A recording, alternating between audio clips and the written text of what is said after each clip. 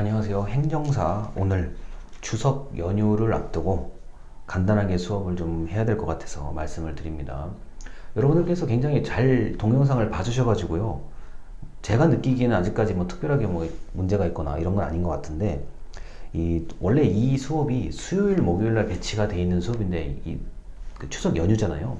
연휴인데 이게 또 동영상으로만 진행하는 수업이다 보니까 뭐 연휴라고 제가 빼먹을 수가 없고 또 어차피 말씀드릴 거 또 다른 과목도 제가 촬영을 해야 되기 때문에 한꺼번에 말씀을 드립니다. 다만 오늘은 영상의 시간이 좀 짧습니다.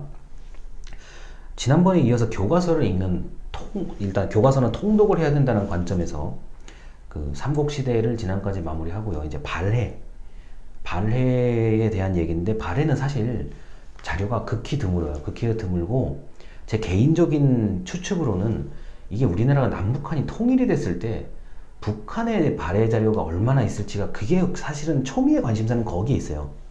왜냐면은 이게 우리가 유적지의 탐사를 하는 거는 일단 뭐가 이렇게 도자기든 뭐든 출토, 땅에서 나와야 뭐 이렇게 연구를 할 거 아니에요.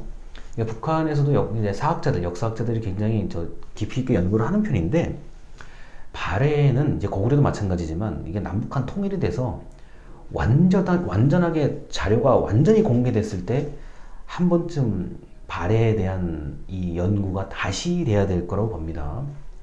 우리가 이렇게 생각할 수 있습니다. 아이 뭐 도서관에 책 있는데, 도서관에 책 그렇게 많은데, 보관되어 있는 게 그렇게 많은데 왜 모릅니까? 라고 얘기할 수 있는데요. 여러분, 도서관에 이렇게 그 자료만 이렇게 쭉 저장되어 있는 곳에 가보시면 느끼시는 게 뭐냐면은, 아, 내가 평생 죽을 때까지 이 칸에 있는 책도 다 못 읽겠구나, 그 느낌 드세요. 우리가 하다못해 다산 정약용 선생의 그 엄청난 저서들, 약 600여 권이라고 얘기하는데, 그 엄청난 저서들조차 지금 읽는 사람이 극히 드물고 읽어서 대중들에게 소개해주는 사람이 극히 드문데요. 이게 그래서 이 발해에 대한 이 역사는 현재 상태 좀 제한적이고요. 통일이 됐을 때 북한의 이제 사학자와 굉장히 심혈을 기울여서 연구를 해야 될 부분이라고 생각을 합니다. 자, 첫 번째, 이 고구려의 계승. 자, 고구려의 정신을 그대로 계승을 했고요. 특히 영토의 어떤 영토가 겹치는 부분도 많잖아요. 그래서 고구려의 영토를 편입하고 더 러시아 쪽으로, 지금의 러시아 쪽으로 굉장히 확장한 나라에 속하죠. 그래서 이 고구려의 정신과 영토를 계승했다는 점.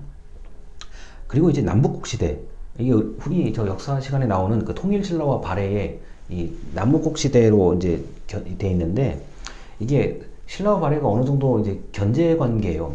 그렇게 엄청나게 서로가 친하게 지내거나 뭐 동맹 관계 이런 거는 아닌 것 같고요.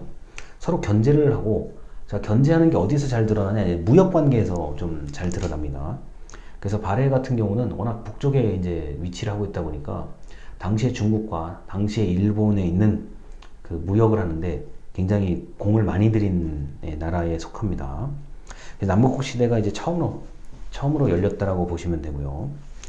그 다음에 이제 이런 교과서에서 나타나는 얘기는, 이 지금 행정사에 관련된 교과서에서 나타나는 얘기는 그 콩, 벼, 조, 보리, 기장이라는 곡식을 많이 생산했다라고 돼 있는데요. 이게 북쪽으로 갈수록 그 콩이나 보리와 같은 식물이 자라기에는 나쁘지가 않은데, 이 문제가 이제 벼를 제가 이제 굉장히 초점에 두고 얘기를 하려고 합니다. 이 벼농사는 아시겠지만 굉장히 부지런해야 돼요. 아침에 굉장히 일찍 일어나서 논에다가 물을 계속 논에 물을 좀 대야 되고, 손이 많이 가요. 특히나 이제 북쪽으로 올라갔어요. 북방 한계선, 이 벼가 자랄 수 있는 북방 한계선이 분명히 있거든요. 그게 이제 그 우리 한반도로 따지면 그 청천강, 우리가 저 평양 위로 올라가다 보면 청천평이라고 있거든요. 청천강 쪽까지가 이제 우리 벼가 자라는 북방 한계선으로 저는 알고 있는데, 이게 부지런하게 만약에 농사를 지을 수 있으면 이 벼가 훨씬 위쪽으로 올라갈 수 있어요. 벼농사가 훨씬 위쪽으로 올라갈 수 있어요. 북쪽으로요. 압록강, 두만강까지 그 대신에 훨씬 더 잔선이 많이 갑니다. 그렇게 되면요. 그러니까 우리 이 저 당시에 이제 지금도 그렇지만 한민족이 굉장히 부지런한 그 민족성이에요. 민족성이 부지런해가지고 원래는 벼농사를 짓기가 좀 불편한데도 불구하고 벼농사를 최대한 끌어올린 상태거든요. 그리고 이제 이 발해에서 말이라는 동물을 빼놓을 수가 없는 게 웬만큼 말을 많이 달리는 말을 보유하지 않았으면 영토를 늘리는 게 불가능한 구조거든요. 그래서 이 말을 얼마나 보유하고 말을 어떤 식으로 길렀는지에 대해서는 한 번쯤 고민을 해볼 필요가 있어요. 이게 나중에 발에 대한 연구가 이제 더 활성화되게 되면은 도대체 말을 몇 필, 뭐 말 한 마리 두 마리 뭐 이렇게는 아닐 거 아니에요. 도대체 말을 몇 마리를 길렀을까, 몇 마리를 관리했을까 한번 고민 좀 이거는 찾아보면 굉장히 재밌을 것 같아요. 왜냐하면 일단 기동성이 좀 있어야 영토를 넓힐 거 아니에요. 한 번쯤 저 개인적으로 궁금한 부분이고요. 네 번째가 이제 당 문화 수용인데 주자감 설치, 이제 교육기관을 설치해서 아무래도 인재 양성을 해야 되는 거였고요. 당나라의 문화를 수용해서 이제 관직 체제 같은 거를 굉장히 많이 이제 갖추죠. 우리가 흔히 말하는 왕과 비슷한 대등한 권한을 가지고 있는 신하의 집단들과 그리고 이제 요새 말하는 장관, 각부처 장관과 마찬가지로 당나라의 어떤 그 체제를 전적으로 수용을 했다는 점, 그리고 주자감을 설치해서 교육을 했다는 점, 철저하게 이 유교식 교육과 이제 불교식의 어떤 불교에서 말하는 약간의 교리와 같은 것들을 이제 알려주는 건데요. 전반적으로 관리를 양성할 때는 유교적 사상에 입각한 내용을 가르쳤을 것으로 봅니다. 왜냐면 유교 사상이라고 하기보다는 한자는 제가 지난번에도 말씀드렸지만 외우지 못하면 아무런 의미가 없는 글자예요. 굉장히 열심히 공부해야 되고 일단은 외워야 읽고 쓸 수가 있는 거잖아요. 그러다 보니까 교육 시간이 굉장히 많이 걸리는 거죠. 그래서 이런 중앙 집중형 교육, 엘리트 교육이 이루어지지 않으면 인력을 양성하기가 좀 쉽지 않기 때문에 그렇습니다. 그리고 우리가 이걸 생각하셔야 돼요. 지금처럼 평균 수명이 우리 대한민국이 지금 80세가 이제 넘어가는 상황인데 이 당시에 평균 수명이 얼마인지를 생각을 하셔야 된다고요.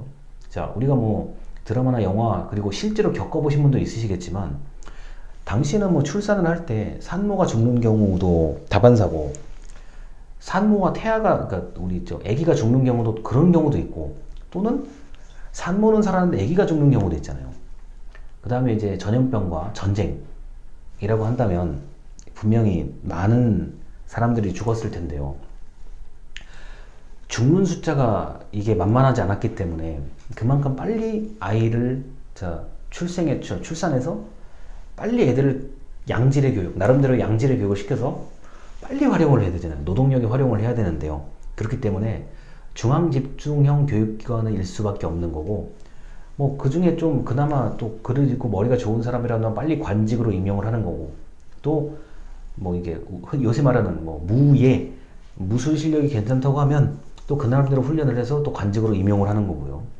그렇게 되었어야만 국가가 유지가 되었을 거라고 봐요. 그리고 평균 수명이 당시에 뭐 특수한 몇 명을 빼고는 특수한 사람들을 빼고는 평균 수명이 길 수가 없었을 거라고 보거든요.